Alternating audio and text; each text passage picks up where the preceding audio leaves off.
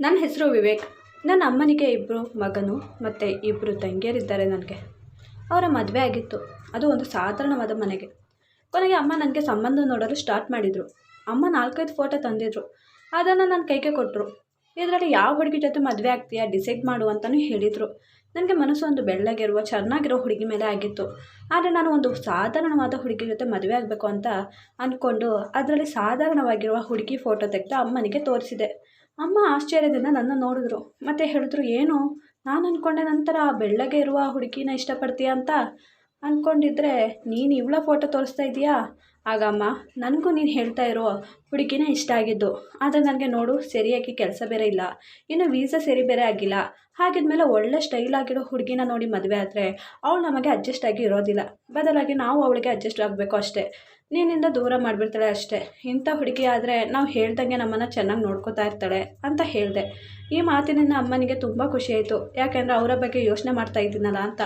ಹಾಗೆ ಅವಳ ಸಂಬಂಧ ಕೇಳಲು ಹೋದರು. ಮತ್ತು ಗೊತ್ತಾಯಿತು ಅವಳ ಅಪ್ಪ ಅಮ್ಮ ಸತ್ತು ಹೋಗಿದ್ದಾರೆ. ಅವ್ರು ಚಿಕ್ಕವಳಾಗಿನಿಂದಲೂ ದೊಡ್ಡಮ್ಮನ ಹತ್ರನೇ ಇರೋದು ಅಂತ. ಮತ್ತು ಅವರು ಸ್ಪಷ್ಟವಾಗಿ ಹೇಳಿದ್ರು, ನಮಗೆ ವರದಕ್ಷಿಣೆಯನ್ನು ಕೊಡೋದಕ್ಕಾಗಲ್ಲ ಅಂತ. ಆದರೂ ನಾವು ಒಪ್ಕೊಂಡ್ವಿ. ಕೊನೆಗೆ ಅವಳ ಜೊತೆ ಮದುವೆ ಆಯಿತು. ಅವಳು ನೋಡೋದು ಸಾಧಾರಣವಾದ ಕಲರ್ ಆಗಿದ್ರು, ತುಂಬ ಲಕ್ಷಣವಾಗಿ ಚೆನ್ನಾಗಿದ್ಲು. ಆದರೆ ತುಂಬ ಸೈಲೆಂಟ್ ಆಗಿದ್ಲು. ಹಾಗೆ ನಾನು ಅವಳ ಜೊತೆ ಮಾತಾಡುವಾಗ ಹಾಂ ಹಾಂ ಅಂತಲೇ ಹೇಳ್ತಾ ಉತ್ತರ ನೀಡ್ತಾ ಇದ್ಲು. ನಾನು ಅವಳಿಗೆ ಪ್ರಾಮಿಸ್ ಮಾಡಿದೆ, ನೋಡು ನಿನ್ನ ಕೊನೆಯವರೆಗೂ ತುಂಬ ಚೆನ್ನಾಗಿ ನೋಡ್ಕೋತೀನಿ ಅಂತ. ಆದರೆ ಅವಳು ಒಳಗಿನಿಂದ ತುಂಬ ಬೇಜಾರಿನಿಂದ ನನಗೆ ಯಾರ ಮೇಲೂ ನಂಬಿಕೆ ಇಲ್ಲ. ನನ್ನ ಜೀವನದಲ್ಲಿ ಎಲ್ಲವೂ ಹೀಗೆ ಆಗಿದೆ. ಖುಷಿ ಅನ್ನೋದು ತುಂಬ ದೂರದಲ್ಲಿದ್ದ ನನ್ನ ಜೀವನದಲ್ಲಿ ಅಂತ ಹೇಳಿದ್ಲು. ನನಗೆ ತುಂಬ ಬೇಜಾರಾಯಿತು. ಮತ್ತು ನಾನು ಕಾರಣ ಕೇಳಿದಾಗ ಅವಳ ಬಾಲ್ಯದಲ್ಲಿ ತುಂಬ ಕಷ್ಟದ ಜೀವನ ಮಾಡಿದ್ದಾಳೆ ಅಂತ ಗೊತ್ತಾಯಿತು. ಆದರೆ ನಾನು ನಿಜವಾಗ್ಲೂ ಅವಳಿಗೆ ಒಂದು ಕಮ್ಮಿ ಮಾಡಿದೆ ನೋಡ್ಕೋತೀನಿ, ತುಂಬ ಚೆನ್ನಾಗಿ ನೋಡ್ಕೋಬೇಕು ಅಂತ ಅಂದ್ಕೊಂಡೆ. ಮತ್ತು ಅವಳಿಗೆ ನನ್ನ ಮಾತಿನ ಮೇಲೆ ಭರವಸೆ ನೀಡಿದ್ದೆ.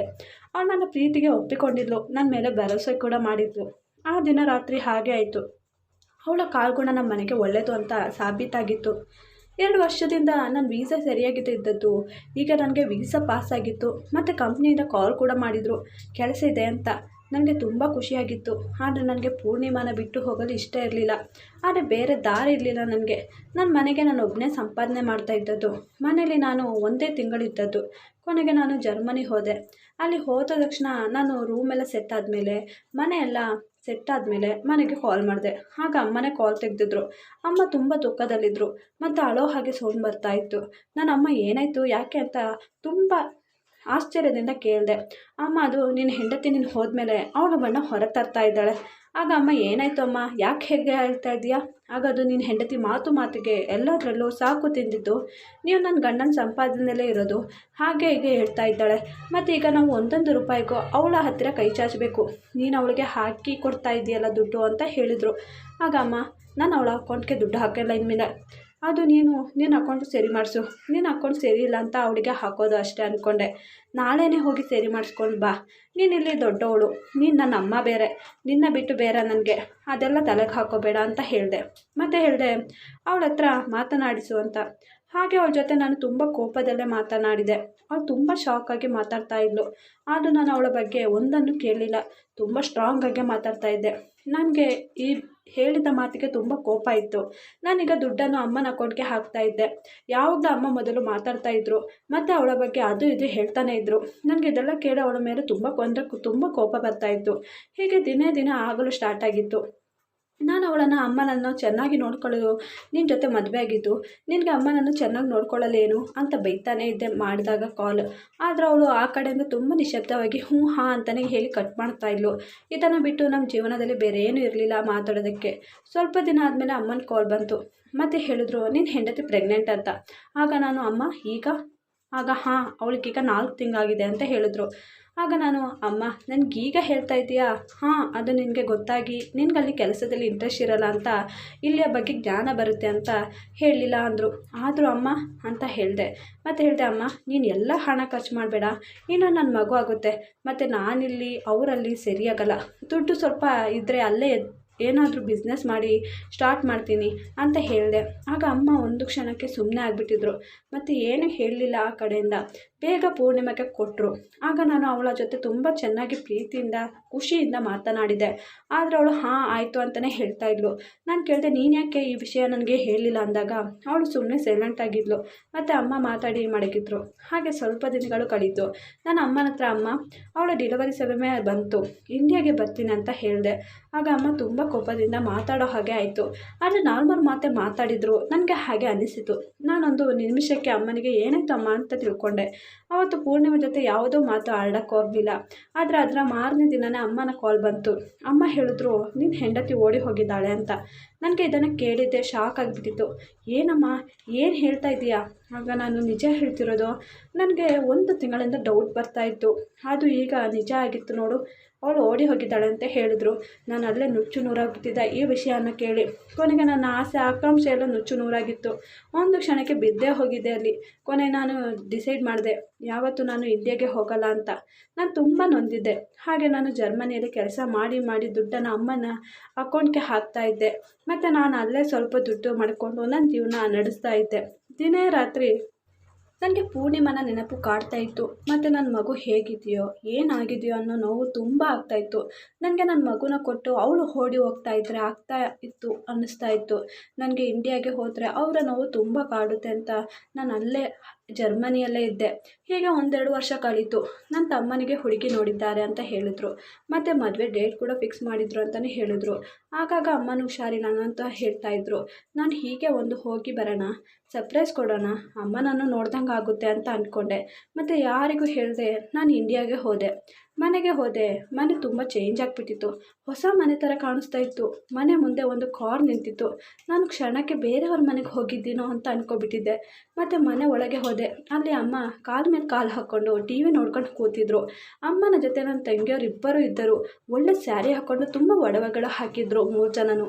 ನಾನು ಹೋದೆ, ಅಮ್ಮ ಅಂತ ಕರೆದೆ. ಒಂದು ಕ್ಷಣಕ್ಕೆ ಅಮ್ಮ ಮತ್ತು ತಂಗಿಯರು ತುಂಬ ಶಾಕ್ ಆಗಿದ್ದರು. ನನ್ನ ಅಮ್ಮ, ಯಾಕೆ ನಾನು ಬಂದಿದ್ದು ಇಷ್ಟ ಆಗಲಿಲ್ವಾ ಅಂತ ಕೇಳಿದೆ. ಆಗ ಹಾಂ ಅದು ಅಂತ ಹೇಳಿ, ಅಯ್ಯೋ ನೀನು ಬಂದರೆ ತುಂಬ ಸಂತೋಷ ಆಗುತ್ತೆ ನನಗೆ ಅಂತ ಏನು ಮಾತಾಡ್ತಾ ಇದೀಯಾ, ಅದು ಕ್ಷಣಕ್ಕೆ ಹಾಗೆ ಅನಿಸ್ಬಿಟ್ಟಿತ್ತು ನನಗೆ ಅಂತ ಹೇಳಿದರು. ತಂಗಿಯರು ತುಂಬ ಖುಷಿಯಾಯಿತು ಅಂತಲೂ ಹೇಳಿದ್ರು. ಅಮ್ಮನ ಮಾತಿಗೆ ರಿಯಾಕ್ಟ್ ಮಾಡಿದ್ರು. ಕೊನೆಗೆ ಆದರೆ ಅವರ ಮುಖದಲ್ಲಿ ಅಂಥದ್ದೇನೋ ಖುಷಿ ಇರಲಿಲ್ಲ. ನನಗೆ ಹಾಗೆ ಅನ್ನಿಸ್ತಾ ಇತ್ತು. ಕೊನೆಗೆ ಅಮ್ಮ ಮನೆಯೆಲ್ಲ ತುಂಬ ಚೇಂಜ್ ಆಗಿದೆ ಅಂತ ಹೇಳಿದೆ. ಮತ್ತು ಅಮ್ಮ ತಂಗಿಯರು ಯಾವಾಗ ಬಂದರು ಅಂತಲೂ ಹೇಳಿದೆ. ಆಗ ಅಮ್ಮ ಏನು ಹೇಳಿರಲಿಲ್ಲ. ಆದರೆ ನನ್ನ ತಂಗಿ ಹೇಳಿದ್ಲು, ಅಣ್ಣ ನಾವು ಗಂಡನನ್ನು ಬಿಟ್ಟು ಬಂದಿದ್ದೀವಿ, ಅದು ಅವರು ನಮಗೆ ತುಂಬ ಹಿಂಸೆ ಕೊಡ್ತಾ ಇದ್ದಾರೆ, ನಮಗೆ ಅವ್ರ ಜೊತೆ ಇಷ್ಟ ಇಲ್ಲ ಜೀವನ ಮಾಡಲು ಅಂತ ಹೇಳಿದ್ರು. ಆಗ ನಾನು ಏನು ರಿಯಾಕ್ಟ್ ಮಾಡಲಿಲ್ಲ, ರೆಸ್ಪಾನ್ಸ್ ಮಾಡಲಿಲ್ಲ. ಸ್ವಲ್ಪ ಹೊತ್ತಿನ ನಂತರ ಮೇಡಮ್ ಅವರೇ ಊಟ ರೆಡಿಯಾಗಿದೆ ಅಂತ ಒಬ್ಬ ಕೆಲಸದವಳು ಬಂದು ಹೇಳಿದ್ಲು. ಅವಳು ಮೊದಲು ತಲೆ ಬಗ್ಗಿಸಿದ್ಲು. ಆದರೆ ನನ್ನ ಕಾಲುಗಳನ್ನು ನೋಡಿ ಒಂದು ಕ್ಷಣಕ್ಕೆ ನನ್ನ ತಲೆ ಎತ್ತಿ ನೋಡಿದಾಗ ದಂಗಾಗಿ ಹೋದೆ. ಅದು ಪೂರ್ಣಿಮಾ ಆಗಿದ್ಲು. ಅವಳ ಬಟ್ಟೆಯಲ್ಲಿ ತುಂಬ ಕೊಳೆ ಇತ್ತು. ಮತ್ತು ಎಷ್ಟೋ ದಿನಗಳಾಗಿರ್ಬೋದೇನೋ ಅವಳ ಕಣ್ಣಿನಲ್ಲಿ ನನ್ನ ಕಂಡು ನೀರು ಹೋಗ್ತಾ ಇತ್ತು.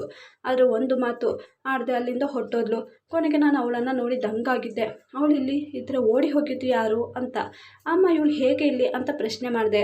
ಆದರೆ ಅಮ್ಮನ ಹತ್ರ ಉತ್ತರ ಕೊಡಲು ಏನೂ ಇರಲಿಲ್ಲ. ಬಾ ಅಂತ ಹೇಳ್ತಾ ಇದ್ರು. ಕೊನೆಗೆ ನನಗೆ ಈಗ ಅರ್ಥ ಆಗಲು ಸ್ಟಾರ್ಟ್ ಆಗಿತ್ತು. ಸ್ವಲ್ಪ ಹೊತ್ತಿನ ನಂತರ ನನ್ನ ತಮ್ಮ ಬಂದ. ಅವನು ಒಂದು ದೊಡ್ಡ ಕಾರಿನಲ್ಲಿ ಇಳಿದ.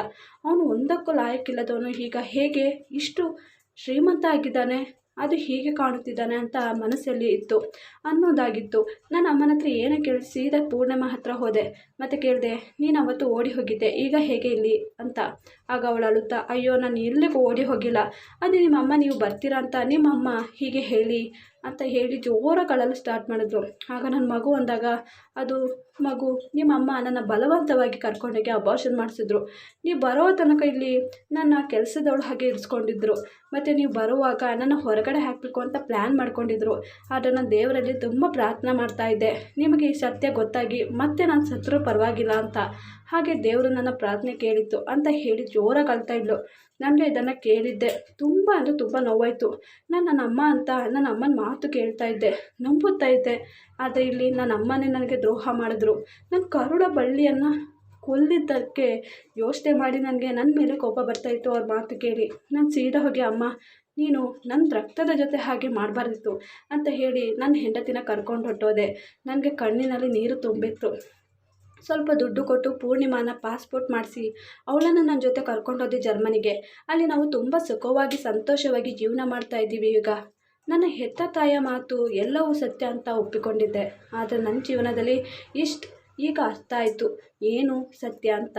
ಕಣ್ಣಿನಲ್ಲಿ ನೋಡಿದ್ರೆ ಮಾತ್ರ ಸತ್ಯ ಅಂತ ತಿಳ್ಕೊಬೇಕು ಅಂತ ಈಗ ನನಗೆ ಗೊತ್ತಾಯಿತು. ಈ ವಿಡಿಯೋ ಇಷ್ಟ ಆದರೆ ಪ್ಲೀಸ್ ನನ್ನ ಚಾನಲ್ನ ಲೈಕ್ ಮಾಡಿ, ಸಬ್ಸ್ಕ್ರೈಬ್ ಮಾಡೋದನ್ನು ಮರಿಬೇಡಿ. Thanks for watching.